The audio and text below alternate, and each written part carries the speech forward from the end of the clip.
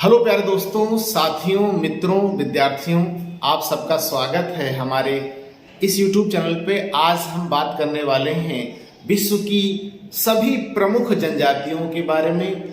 उनके कुछ महत्वपूर्ण तथ्य जानेंगे जो कि परीक्षा के दृष्टि से बहुत ही महत्वपूर्ण हैं। आपको इस पूरे वीडियो में सारा कुछ मिलने जा रहा है। यहाँ से क्वेश्चन जरूर आता है, कोई भी कंपटीशन हो यहाँ से क्वेश्चन जरूर आएगा। तो मैप पे हम समझाने जा रहे हैं। मैप पे समझाने का एक लाभ यह है कि आपको याद बहुत जल्दी होता है और आप एटलस पे उसको देख करके रिवीजन भी उसका कर सकते हैं बड़े आसानी से। तो आइए स्टार्ट करते हैं। सबसे पहले देखिए, महत्वपूर्ण विश्व की जनजातियां व उसके तथ्यों के बारे में बताने जा रहे हैं। सबसे पहले हम बात करते हैं, आपके सामने ये पूरा वर्ल्ड मैप है। इधर ये उत्तरी अमेरिका महाद्वीप है, ये दक्षिणी अमेरिका महाद्वीप है, और इधर यूरोप है, इधर अफ्रीका है, और उधर एशिया है, यहाँ ऑस्ट्रेलिया है, ये न्यूजीलैंड है साउथ में। बीच की जो ये रेखा जा रही है इसको कहते हैं भूमध्य रेखा।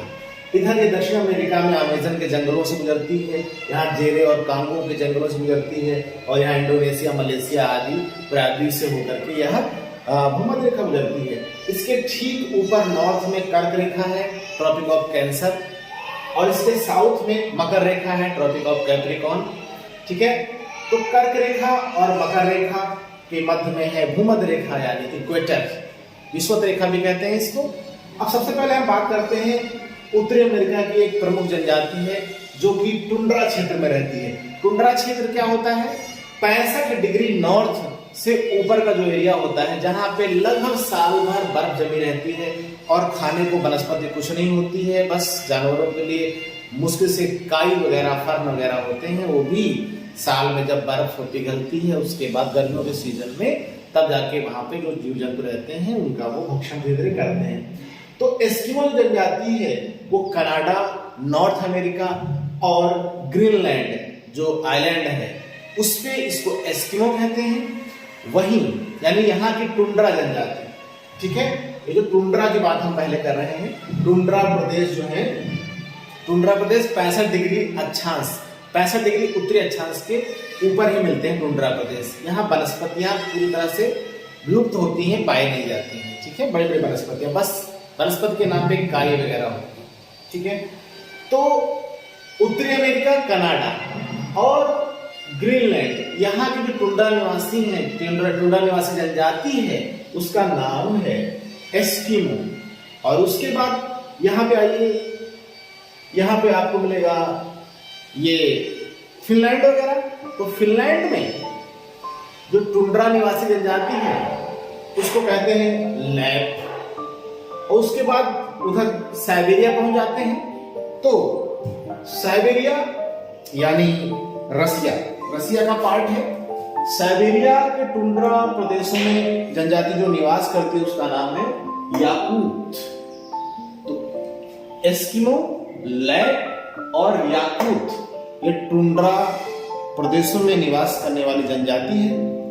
मूलतः एक ही है, नाम अलग अलग है, एस्किमो, लैप और याकूत साइबेरिया। उसके बाद हम इसके बारे में बताते हैं। एस्किमो का जो घर होता है पूरी तरह से बर्फ का बना होता है और इग्लू इसके घर का नाम होता है।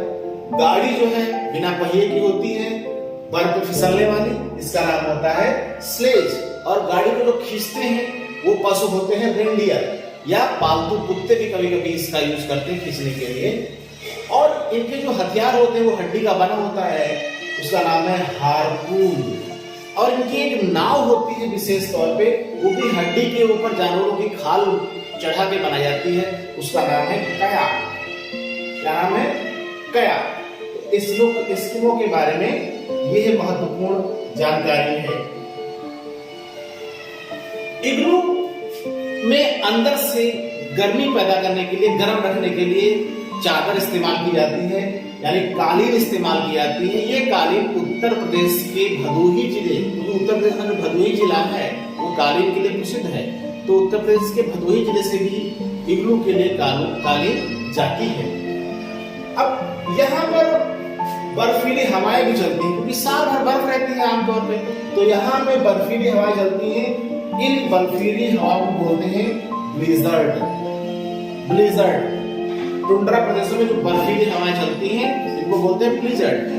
तो बर्फीली हवाओं से बचने के लिए यहाँ के पशुओं में बड़े बड़े बाल होते हैं, लंबे लंबे से, ठंड से बचने के लिए इनको रेडियर कहते हैं। घर बनते हैं इग्लू, ठीक है। और यहाँ पे एक और जानवर होता है जिसका नाम है मस्क बैल। मस्क बैल, इसके भी बड़े बड़े बाल होते हैं, लंबे लंबे बाल होते हैं। और जैसे ही 1-2 महीने का गर्मी का सीजन आता है वैसे ही ये बालों का जो आवरण है वो स्वतः ही इससे गिर जाता है और जाड़ों में फिर बाल आ जाते हैं जिससे घना आवरण तैयार हो जाता है। अब यहाँ पे जो झाड़ियां पाई जाती हैं, कोई बड़ी वनस्पति नहीं है, झाड़ियां पाई जाती है, लाइकेन वगैरह पाई जाती है। तो झाड़ियों का नाम जो है आर्कटिक विलो कहते हैं। यहाँ पे क्या कहते हैं? Arctic willow.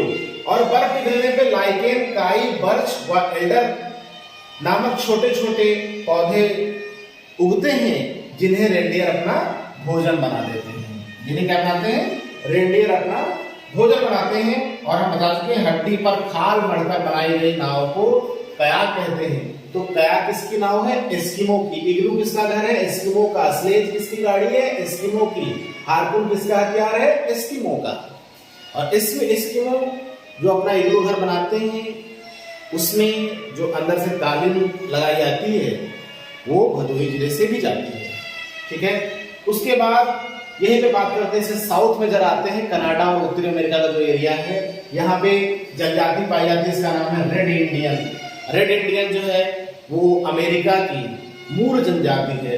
यानी कि आपको पता होगा यहाँ से स्पेनिश, फ्रांसीसी और अंग्रेज लोग यहाँ पे गए और बस गए जाकर के, लेकिन जो मूल रूप से वहां पे बसे हैं लोग पहले से ही, उनका नाम है रेड इंडियन। ये जनजाति हैं और आज भी काफी अभाव में यहाँ पे रह रहे हैं। इसके साउथ में अगर हम चलते हैं तो रेड इंडियन जो है कोणधारी वनों में रहते हैं, ठीक है। टुंड्रा प्रदेश के नीचे की जो नीचे का जो एरिया है, यानी ये कर्क रेखा और 65 डिग्री नॉर्थ के बीच का जो एरिया है, यहाँ पे कोणधारी वन होते हैं। कोणधारी मतलब शंकु के आकार के। कोणधारी वन इस तरह से होते हैं, इस तरह से ये, इस तरह से ये। तो इनपे बर्फ अगर गिरेगी तो नीचे गिर जाती है, बर्फ फिसल जाती है, गिरने पे पिघल जाती है, इसलिए इनका जो है वो आकार होता है कोणधारी। कोणधारी वन जो है मुख्य रूप से यहाँ पे जो लकड़ी काटने का व्यवसाय करते हैं उन लोगों को कहते हैं लंबर जैक। कोणधारी वनों की लकड़ियां हैं, बड़े बड़े वृक्ष होते हैं इस तरह के, कोणधारी वन कहते हैं। शंकुधारी वन, शंकुधारी वन या कोणधारी वन, एंगल बनाकर एंगल बना के इस तरह से। तो यहाँ की वनस्पति बोलते हैं, यहाँ के जो पेड़ काटे जाते हैं उन लोगों को बोलते हैं लंबर जैक, लंबर जैक, ठीक है। यही पे जनजाति रहती है red Indian. Red Indian America की मूल जनजाति है, ठीक है। तो ये आपका रहा इग्लू और एस्किमो और लैब और याकूट के बारे में हमने आपको यहाँ पर बताया। इसके बाद और साउथ में आइए, दक्षिण अमेरिका महाद्वीप में आइए, अमेजन घाटी में आते हैं। तो ये एक जनजाति मिलती है जिसका नाम है बोरो। बोरो अमेजन घाटी में रहने वाली जनजाति है, याद रखिएगा। बोरो का जो शरीर का ढांचा होता है वो रेड इंडियन की तरह ही होता है। यानी पूरे उत्तरी अमेरिका और दक्षिण अमेरिका में पूरी तरह से जो पहले से रह रहे थे लोग उनको रेड इंडियन कहते थे और यहाँ पे उनको बोरो कहते हैं, ठीक है। उसके बाद फ्रांसीसी, अंग्रेज, डच वगैरह यहाँ भी आए, यहाँ भी उन लोगों ने अपना निवास बना लिया। तो बोरो जो अमेजन घाटी में आज भी रहते हैं और ये रेड इंडियन के समान होते हैं। इनका शरीर जो है ये काफी लड़ाकू और निर्दयी होते हैं। ये अपने अपने उत्सवों में मानव मांस का भी भक्षण करते हैं, ऐसा कहा जाता है।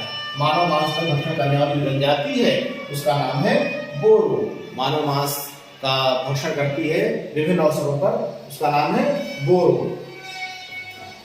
तो उसके बाद हम चलते हैं थोड़ा सा अफ्रीका महाद्वीप में, ठीक है। पश्चिम से पूरब की तरफ हम लोग धीरे बढ़ रहे हैं। अफ्रीका महाद्वीप में चलते हैं तो अफ्रीका महाद्वीप में आपको सबसे ऊपर टॉप पे मिलेगा सहारा मरुस्थल। क्या मिलेगा? सहारा मरुस्थल विश्व का सबसे बड़ा मरुस्थल है और यहाँ पर विश्व का सबसे अधिक गर्म स्थान, अधिक टेम्परेचर अंकित किया गया। उसका नाम था उस स्थान का जहां पर यह टेम्परेचर अंकित किया गया, अल जजिया, जो कि लीबिया में था।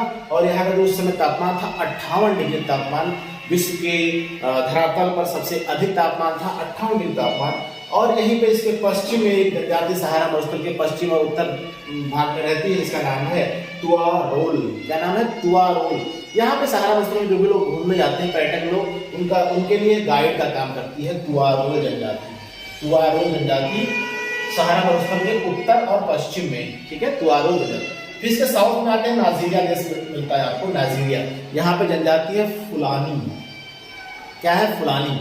फुलानी जनजाति एक है नाइजीरिया में, फुलानी नाइजीरिया। नाइजीरिया के जो बड़े बड़े मैदान हैं उनको जो है सवाना घास के मैदान भी कहा जाता है। और सवाना घास के मैदान कहाँ पाए जाते हैं? केनिया में भी पाए जाते हैं, युगांडा और तंजानिया में भी पाए जाते हैं। साथ ही साथ अफ्रीका के नाइजीरिया में भी सवाना घास के मैदान पाए जाते हैं। सवाना घास में जो लंबी लंबी घास उगती है उसको कहते हैं पर्कलैंड या हाथी घास। क्या कहते हैं? हाथी घास या बुश वेल्ड भी कहते हैं इसको, बुश वेल्ड या पर्कलैंड या हाथी घास कहते हैं। तो फुलानी यहाँ नाइजीरिया की जनजाति प्रमुख है। उसके बाद नाइजीरिया की जो मूल निवासी जनजाति है उसका नाम है हौसा। ये कृषक होते हैं और ये जो है मूल रूप से कृषि कार्य करते हैं, जिसमें मूंगफली है, मक्का है इत्यादि का यहाँ पे उत्पादन ये लोग करते हैं। तो नाइजीरिया की मूल जो जनजाति है वो क्या है? हौसा है। और साथ ही साथ नाइजीरिया में दूसरी जनजाति पाई जाती है, उसका नाम है फुलानी। अब आते हैं इसके ये थोड़ा भूमध्य रेखा के आसपास ही जनजाति पाई जाती है, फुलानी और हौसा नाइजीरिया में। फिर भूमध्य रेखा पर ही एक पाई जाने वाली जनजाति जिसका नाम है मसाई। क्या नाम है? मसाई। मसाई जो है केनिया में पाई जाती है, ये भी सवाना में मिलते हैं।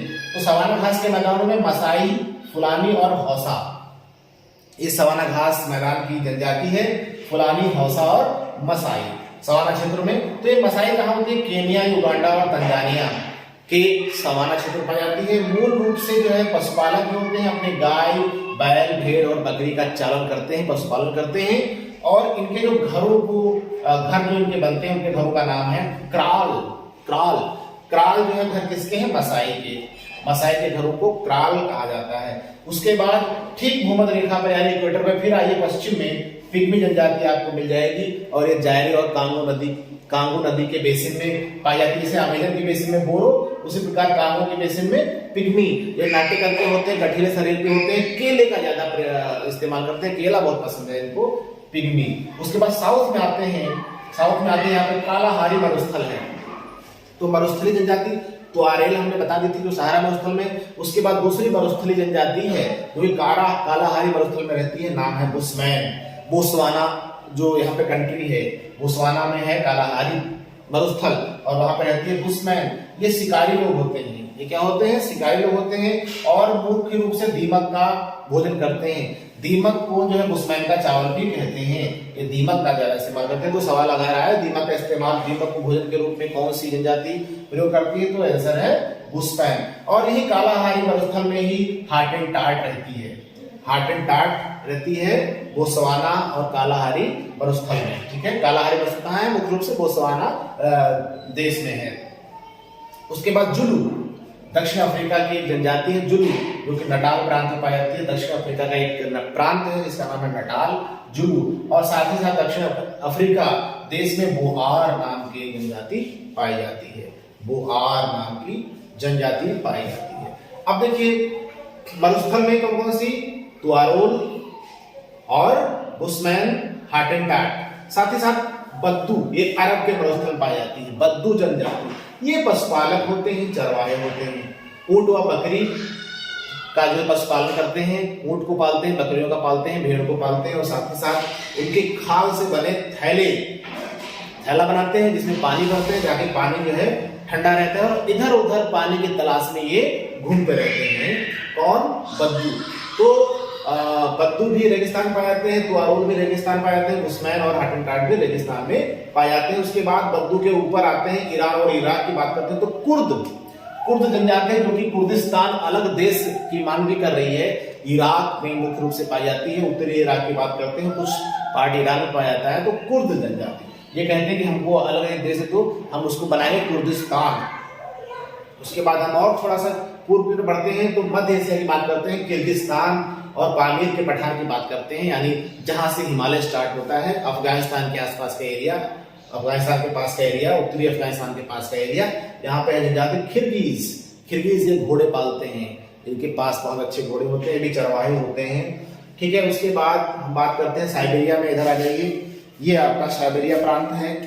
साइबेरिया में जो टुंड्रा प्रदेश से मिलते थे उसको याकूत कहते थे। उसके नीचे आप आएंगे तो यूकाधीर जनजाति है। ये मंगोलाइड प्रजाति की होती है, पीले रंग का इनका स्किन होती है, मंगोलाइड प्रजाति की होती है।